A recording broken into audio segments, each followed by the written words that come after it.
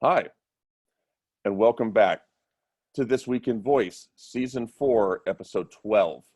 Today is Thursday, December the 5th, 2019. This is the next to the last episode of the calendar year. And it's been a busy year, and it's been a great year. We're appreciative of you for watching, for listening, however it is you're consuming the show, taking diligent handwritten notes and reading those, whatever it is you're doing. We appreciate you being part of this with us, as we head into 2020.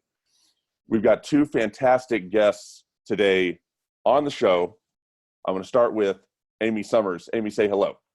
Hey, how are you doing, Bradley? I'm doing great, Amy. Thank you for being part of this with us. Take a minute, tell us who you are, tell us what you do, and thank you for being here.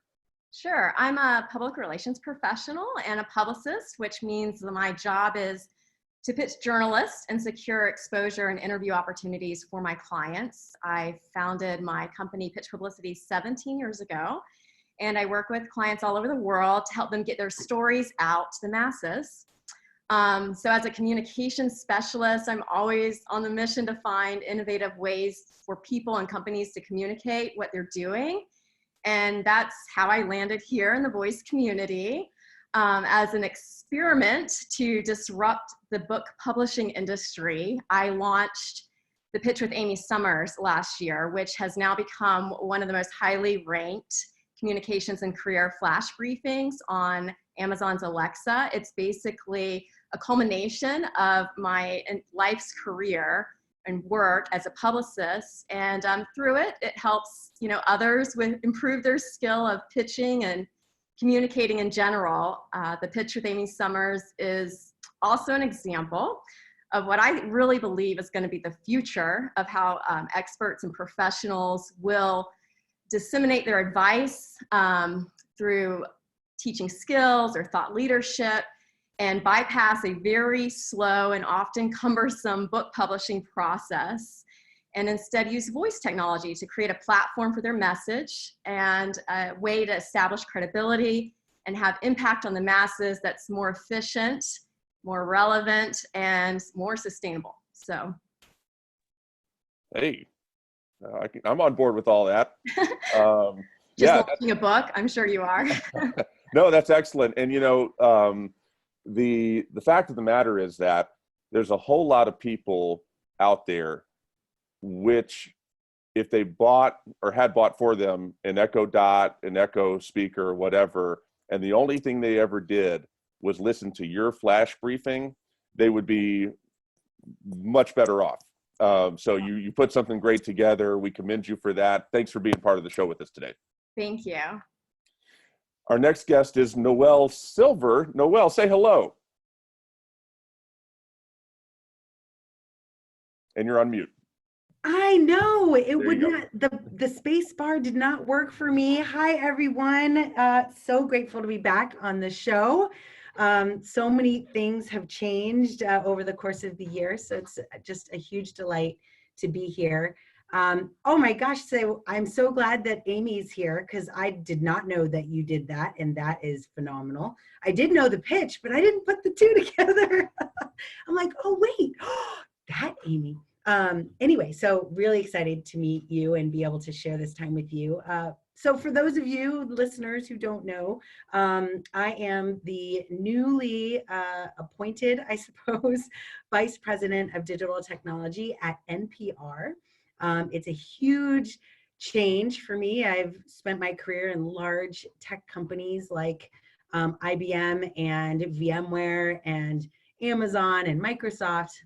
So to shift gears to a more mission-driven, principle-driven type organization, a nonprofit organization, but one that has such a huge mission in the audio and voice world, it could not have been a better, timing and opportunity for me to take everything that I've learned and really contribute it to the next generation. I grew up as an NPR listener in the back of my, parents' car.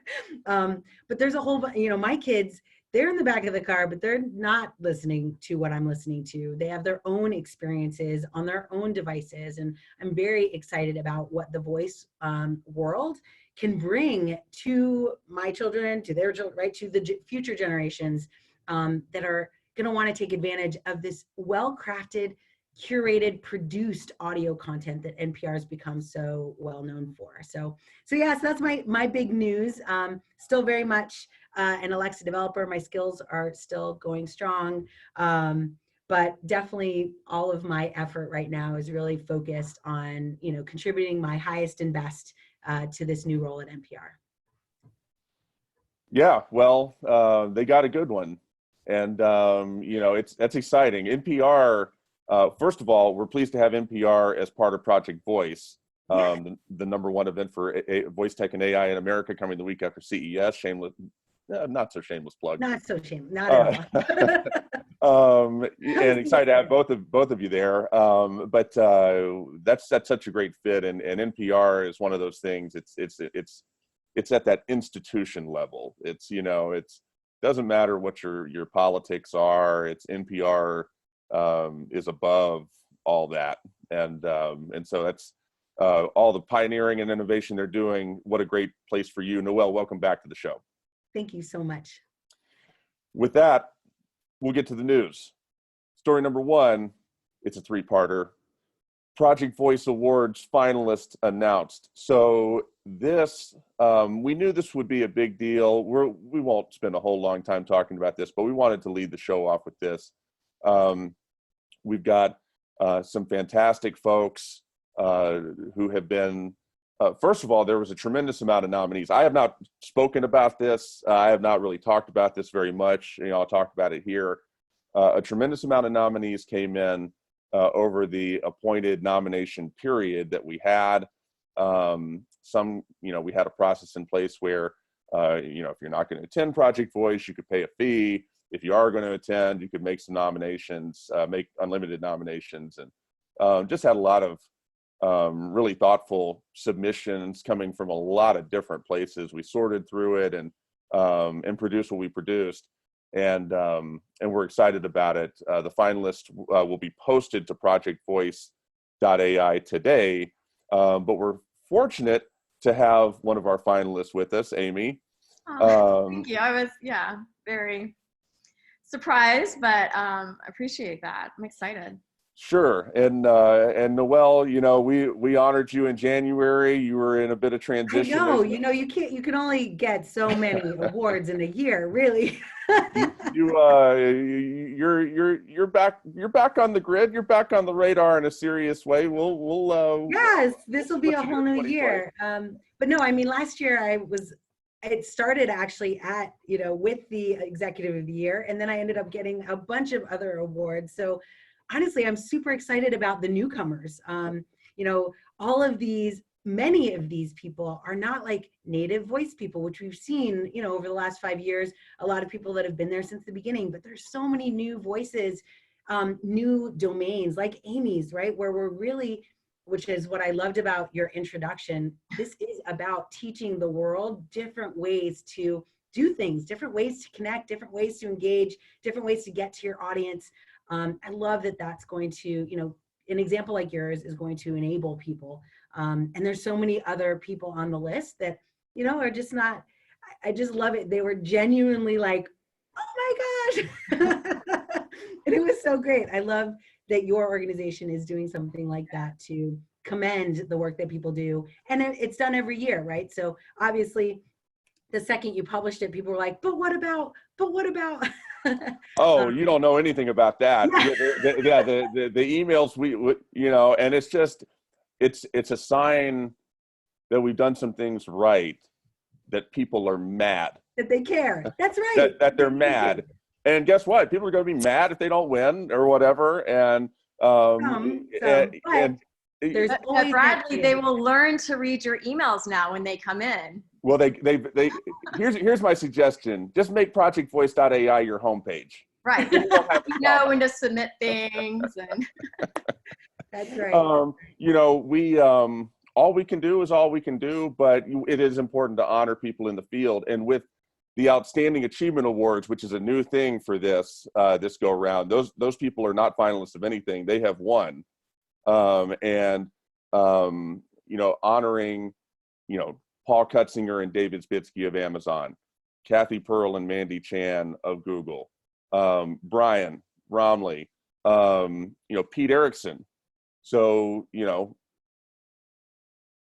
does a great job. So that's just the way, people look at that and they wonder what's up with that. It's real simple. It's just, we're in the business of honoring achievement in the space. So, yeah, and I think you have just as many fresh faces as you have old favorites, right? Sure. So I do think that we're at the beginning of this. We're in these first few years of these, and you're right, Project Voice is the first one. I just think it's going to get bigger and better. And like Amy said, people will pay attention to that nomination window now. Yeah, well, it's a real thing. we can hope. And and as one final button on this, the awards will feature the roast of Brett Kinsella, which will be, I promise you, it will be entertaining. It may only be entertaining to me, but it'll be entertaining to at least one person. It may not be, it may not be entertaining to Brett. No, we're there to, it'll be honoring him.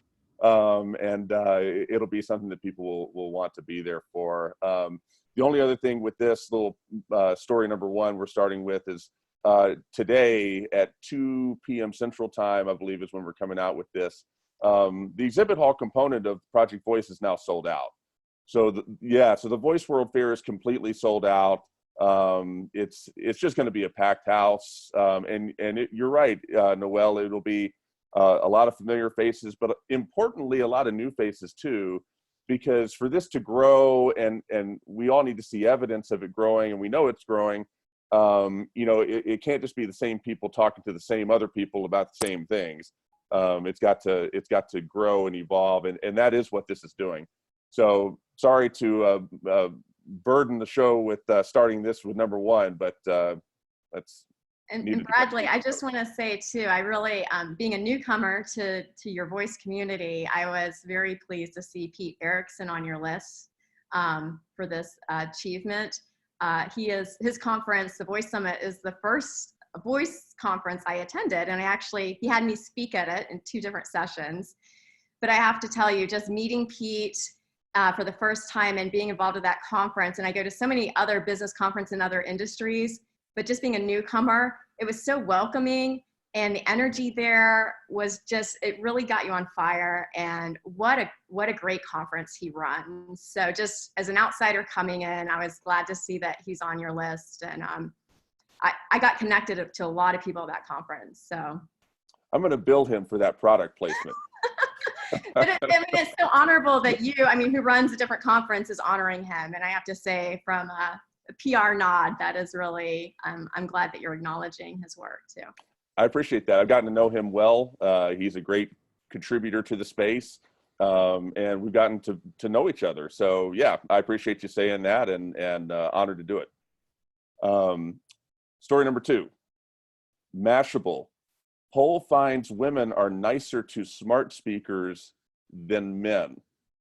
This is one of these things that I see, and I'm hesitant to opine on it to start with, but I don't really even know what to think. So that's why I'm going to ask you, Amy. I'm going to start with you. Your thoughts on this story? Is this sort of just a blip on the radar? Is there something more to this that we should be thinking about? Your thoughts. Well, all I can say is that it must be a slow news day for Mashable, because I'm just not buying that men are more rude, as they say, or that women are less comfortable with tech. I say please all the time to people, but I actually never occurred to me that I needed to say please to a voice assistant. And the first time I heard about this please thing was on Dr. Terry Fisher's Voice in Canada flash briefing. He was discussing about whether or not we should be saying please to Alexa. And after hearing his flash briefing, I thought, well, I guess that kind of makes sense. And I tried to do it for a week and then gave up. I think that, the point of these voice assistants is efficiency and for us to be faster. And I think that adding in an extra step, I don't know if that's necessary. Yes, we need to be polite to people, and being polite takes time and energy and thought, but I I just don't believe that we need to say please to a voice assistant. Their job is to make our lives faster and more efficient. And honestly, I don't think Alexa is offended.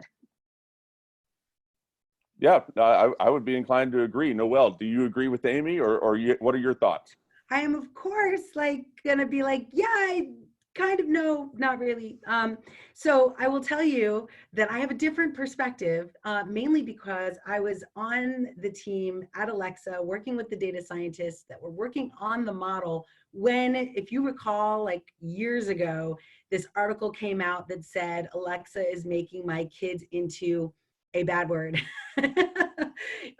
And it was basically children were learning, just like Amy said, to be efficient and just kind of bark out these commands in very efficient ways. However, as you're molding young humans, and I, of course, have 4 of them, I have realized that there are infinite ways in life to teach kids to do things that have nothing to do with the thing itself, right? They're just life lessons. And Alexa, because of its ingrained kind of place in our household, now granted, I did that ingraining very early on, but I use it as a tool. And so I don't personify it. I certainly don't attempt to anthropomorphize it at all, but I do see an interesting change when they, like you said, Amy, when they say please to any request, like it's part of your vernacular to use your pleases and thank yous. Now, granted, I have boys and girls, and I ask them to do that irrespective of their gender. So this article specifically, though, I thought was interesting because the margins were pretty small, right? It was like 60-40, which the margin for error in a study like this, I don't know. So if it was like 80% of women are nicer than 20% of men, that would have been a little bit more compelling. But the reason I mentioned the team was that one person on the team was like, we need to put please and thank you in all these utterances. We need to make sure that Alexa doesn't, if you remember, there was a time when if you said please or thank you, it would break. And that's why it was actually teaching kids or adults to actually not say it. And so there was a very specific developer, engineer actually, who went through and said, I want to make sure that this doesn't break Alexa. Not that you have to use it, but that it doesn't break it. And went through and changed hundreds of these configuration files to include please and thank you. And everyone actually, they like nicknamed him like the manners polite guy because of that. So I think there's a little bit of history to why that became a thing. And I think this whole men versus women thing is an interesting play, but the data is not super clear. And I will say I've heard way more men yell at Alexa than I've heard women yell. So that's just my personal data. But I'm not, certainly there's probably women who scream at Alexa. So that data would be interesting, but I'd only believe it if it came from Amazon itself. This is an interesting sort of thing just to show up. And yeah, and Amy, I agree with your overall, your opener, must be slow to hit us with this right now. But it's, so my wife and I have a son. He uses Alexa quite a bit. I thought about that, and my wife uses it all the time as well. Now, my wife has raised her voice to Alexa before, but it's only been when she's had trouble getting Alexa to stop producing sound, at key desired moments in time. And other than that, it hasn't been in the issuance of a command or anything like that. And I'm sure everybody's different, but that's just our story. And, my son has never said please to Alexa. And I think, he's polite, but maybe that is something that I ought to consider. I don't know. I look at this and I truly don't exactly know what to think, but Noelle, I do agree with you for them to, do this whole thing with this video and this headline stated the way it is with this 60-40 split. Yeah, could have done without that. Any additional thoughts on this story?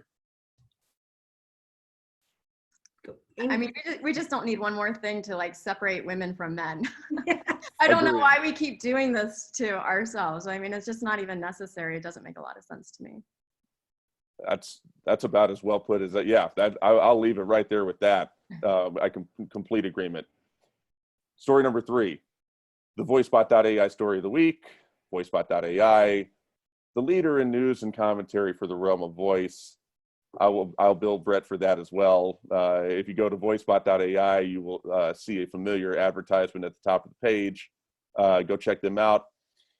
Amazon Echo Dot continues streak as best-selling item on Black Friday. So, to the surprise of no one, a lot of Echo devices have been sold lately during the holiday season. No doubt more will sell throughout the month of December. Noelle, I want to start with you. You know, any general thoughts you have at looking at the story are, of course, appreciated and great. But I want to ask you specifically, you know, we've kind of taken for granted that here comes a holiday season, here comes this random thing Amazon does in the middle of the summer where they sell a bunch of stuff. If there's a time people are buying stuff, they're buying Echo devices. I mean, they might be buying other things. You know, they're buying a bunch of other stuff for the holidays, but they're also buying Echo devices. And we kind of, it's like the 3rd year of this now. You know, it feels like we may be taking it for granted. My question, when is it going to stop? Or is it going to stop? Or is it just going to keep on going for a while? Your thoughts as you look at this story. Yeah, I love when we start thinking about like best-selling items, and because we are voice natives, right? Some of us have been on the platform since it was born. We have this understanding of the world that we're like, that it's old. And the reality is, and actually, Amy, you're kind of part of this, right? The reality is every single year, people are experiencing voice for the first time. Millions of people. There are billions of people that could be, like, just look at the difference in audience from Alexa and Facebook, right? And just the opportunity of just connecting people in a new way, educating people on how to even use Alexa. The first 3 years of Alexa, we weren't super great at educating people on what it was even good for. Oh, right, and our skills weren't that awesome, right? So we've had a lot of growing to do in this new market.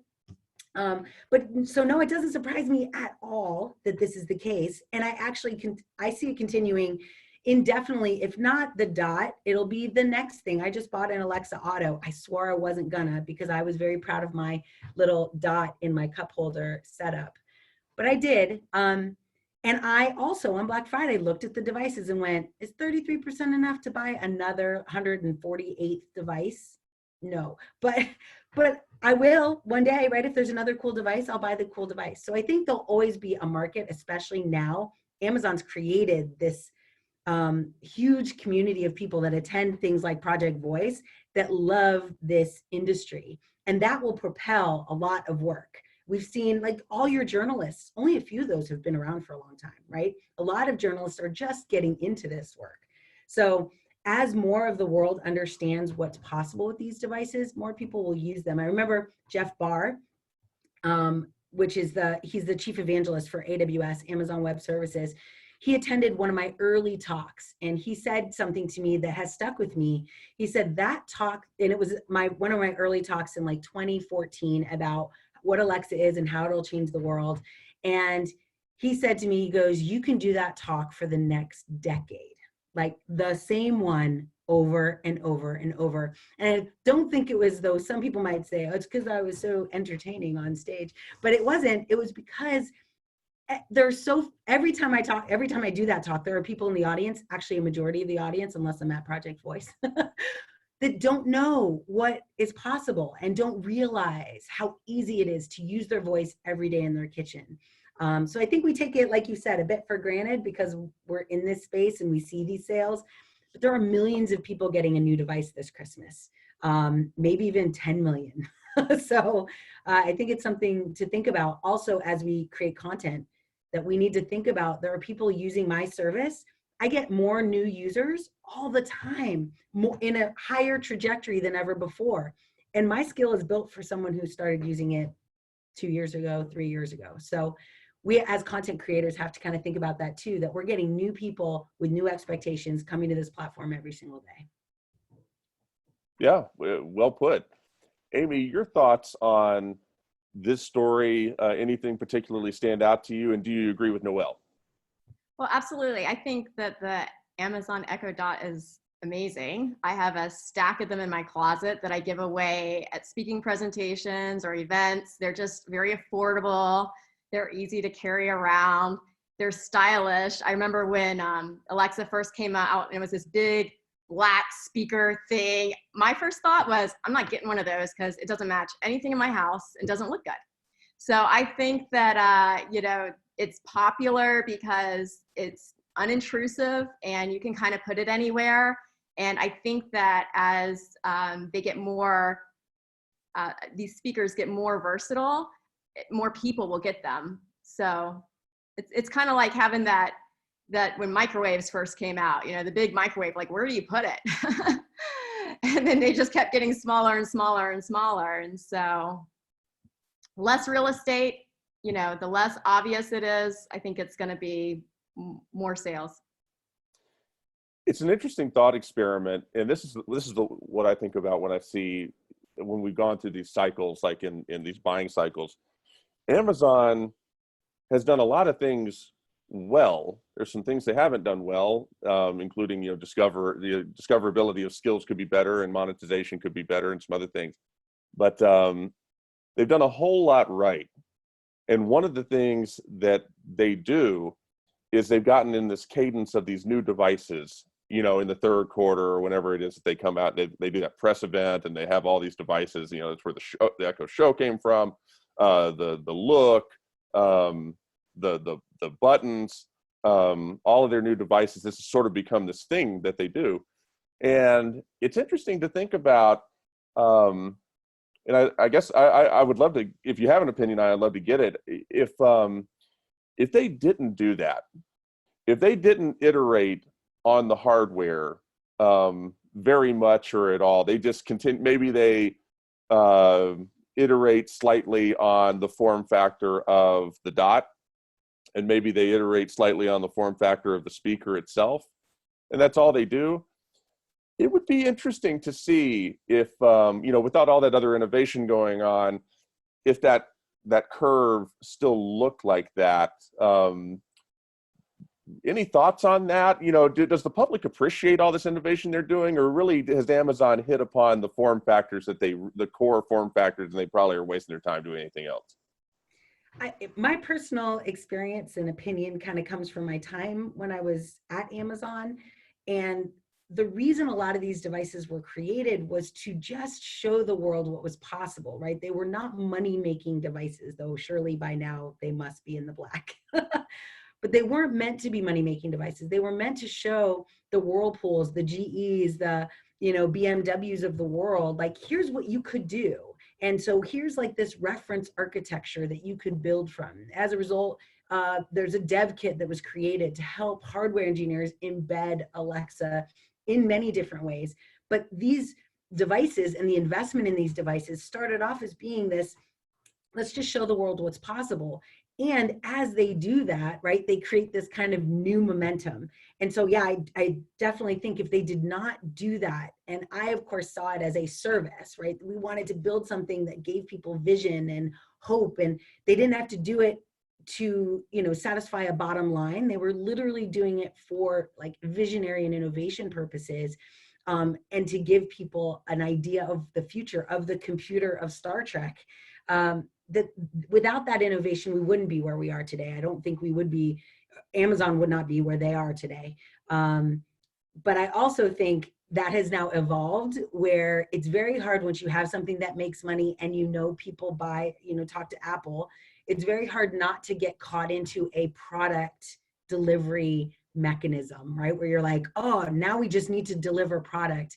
So I hope Amazon is thinking, how do we preserve the innovation, reference architecture, visionary work on top of this kind of product cycle that tends to kind of dilute, right, the essence of what it was originally built for. Completely agree. Amy, your thoughts on that? Well, I think you always have to innovate. And I think we live in a world now where we expect it, right? So every year Apple has a big reveal about, their smartphones. And I think people are just kind of wired to expect it. I work with a lot of students who are in college, and they listen to my flash briefing, and they're always contacting me and saying, did you see the new Echo Dot? Now the next one has the time on it. So I think similar to fashion, yes, we could all just wear jeans and a t-shirt every single day. Mostly that's what I do every day unless I have to go somewhere.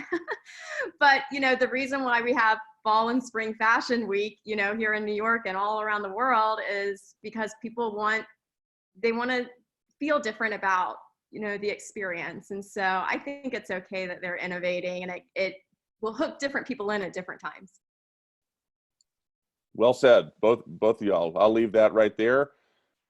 Story number 4, which is related. TechCrunch, in a first, Amazon launches a battery-powered Echo speaker in India. So there's a lot of parts to this, and it obviously is a good follow-up to the discussion about Amazon rolling out new products. I mentioned this from time to time on the show. From the very start with Voice First FM, across all of our first-party shows, especially this one, India has been our number 2 market the whole time. A lot of people in India, for whatever reason that y'all listen to this, you enjoy this show, and it's been fascinating to me. And then seeing, because at the point at which I observed that, there had not been any public movements into the space. Obviously, Amazon and Google both were working at that point to get into that market. But it's just been interesting to follow how these juggernauts have approached India, and the interest from India in this technology. So, Amy, my question for you is, first of all, just your thoughts at a base level on the story. Anything stand out to you?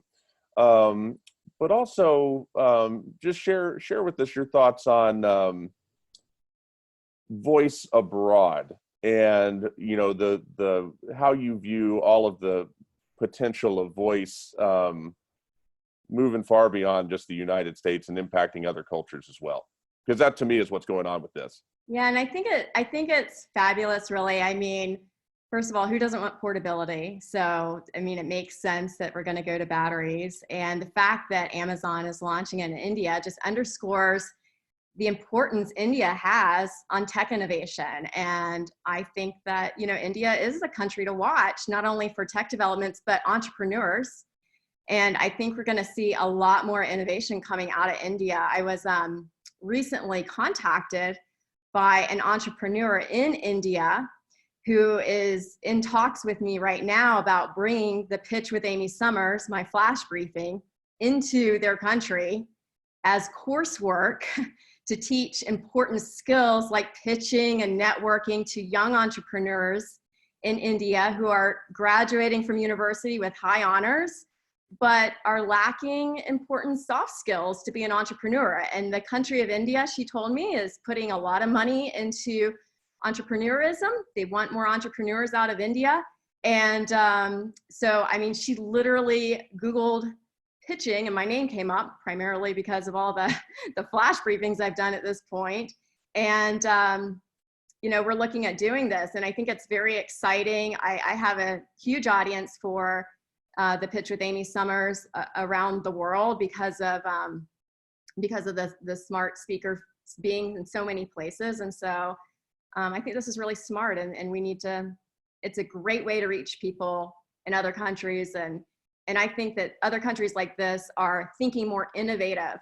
I've spoken to some universities here in America about doing the same thing because their university classes are just full, and they don't have room for students, and they don't have budgets for professors. And so my idea is, we should be doing voice tech classes that people can do virtually. Yeah, funny you mentioned that. We'll have a story about that next week that we just weren't ready for today. But Noelle, same question for you. Your thoughts on the story in general, and do you agree with Amy? Yeah, absolutely. Going global is a thing. Making, for those who know me, accessibility has always been a huge interest of mine, passion of mine. And so adding, and I think maybe 3 years ago, I got the huge cylinder Echo with a battery pack and took it on stage with me. So I've always been a big fan of just portable technology. And the tap, if you remember the tap, I still have a functional tap that I take onto my porch.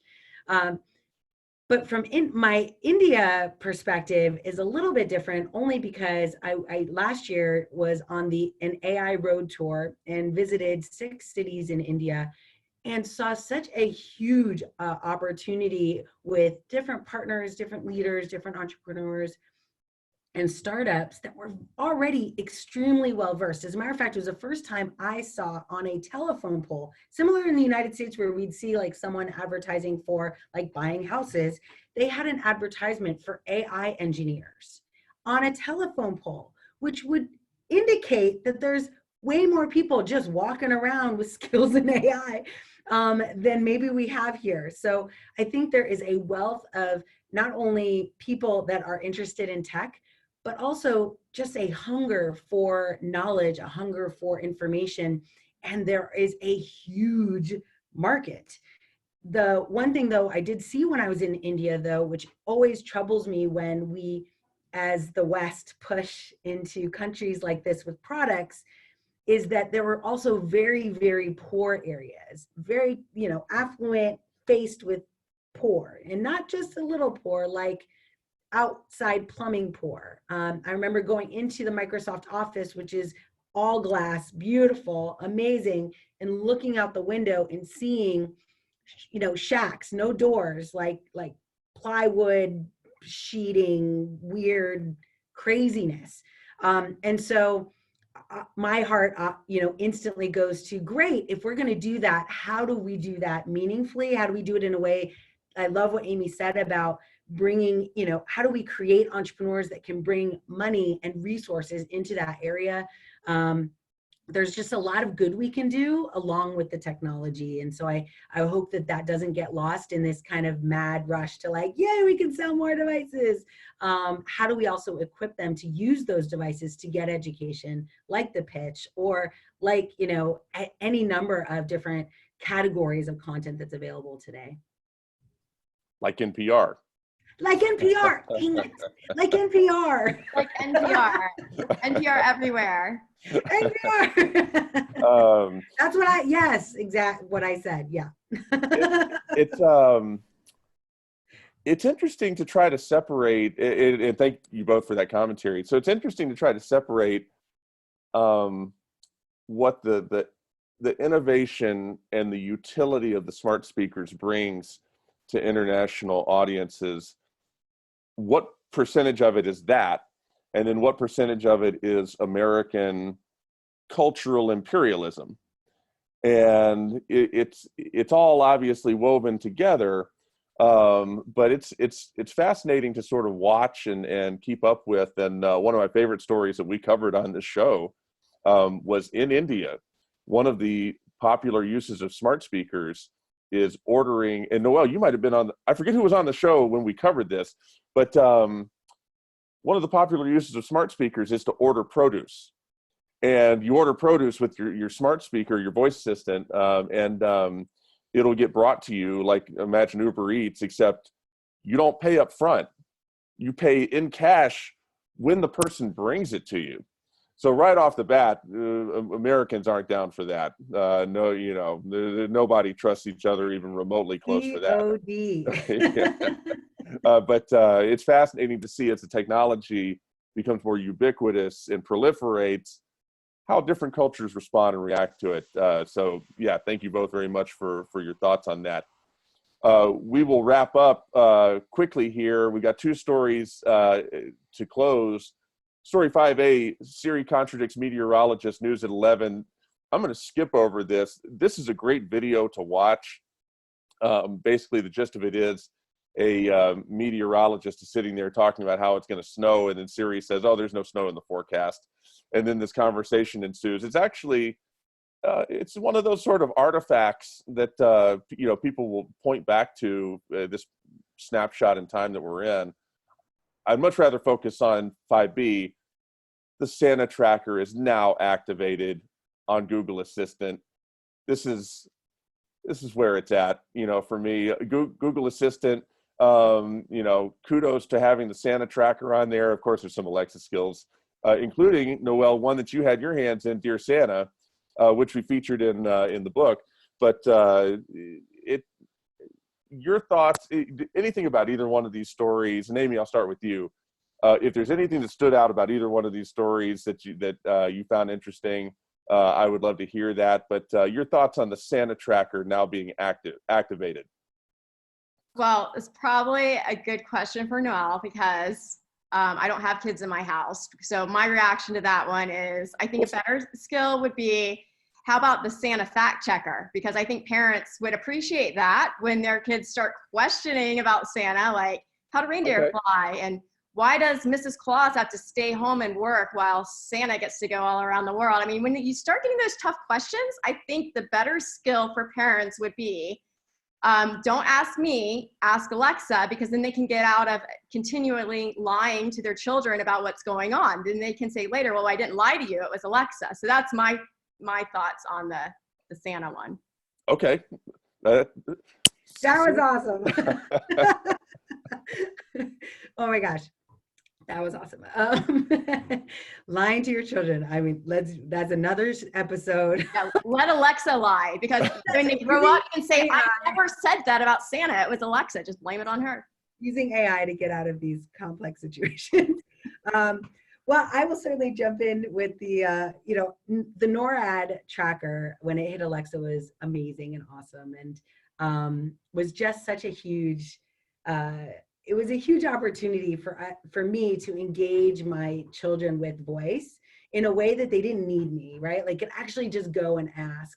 But I remember when this launched the first time, that first year, my kids would ask Alexa, is Santa alive? And it would then pull from Wikipedia the death of Saint Nicholas. This is why we need the Santa fact checker. And it said, like, oh, no, Santa died back in like 1335. And which was bad. And it was obviously changed by a team I know well and love dearly. But it was one of those things where, yes, like, huge. I think that's amazing. We should heavily consider getting something like that done. But I think this time of year is amazing. I have a skill that does very well this time of year called Christmas kindness. And it's just a bunch of ideas, randomly selected of Christmas, random acts of kindness. And I go from nothing, like all year I get maybe 10 requests a week to right around this time, it gets up to like 10,000 users. And I think it's awesome that people are looking for kindness, are looking for mindfulness activities during this time of year. And so this is just my chance to say, there are so many skills now that can help bring you a little bit of peace in this crazy holiday season, especially when your kids are asking you questions you don't want to lie about. Like, Christmas kindness is a good, safe, fact-checked skill. But I think it's a great time of year, and I'm really grateful for all those skill developers that are doing this and that they're bringing it to platforms other than Alexa, because I do like the idea of diversity across channels. So I think this is a great example of that. It's an introspective time of year. And it's a time, where people look back at the calendar year, but they're also looking ahead. And you're right, it's a great time for all of those things. Oh, hold on, I'm getting a message from Santa Claus. Amy, you're on the naughty list now. I just got the word. It's fine, Bradley. I actually don't need anything. I live in a 1-bedroom apartment in New York City, and I have no room for any gifts. So just send money. Okay, I will communicate. So I can pay for the rent. That will be heard. I just want to let you know I just got that message loud and clear. thank both of you, Amy, Noelle. Y'all are awesome. Thank you very much for taking this time, sharing your experience and expertise, not just with me, but with the audience as well. It's appreciated. Thank you for having us on, Bradley. Yeah, it was our pleasure. Thank you. It was great. For This Week in Voice, Season 4, Episode 12. Thank you for listening or watching if you're watching on YouTube. Until next time.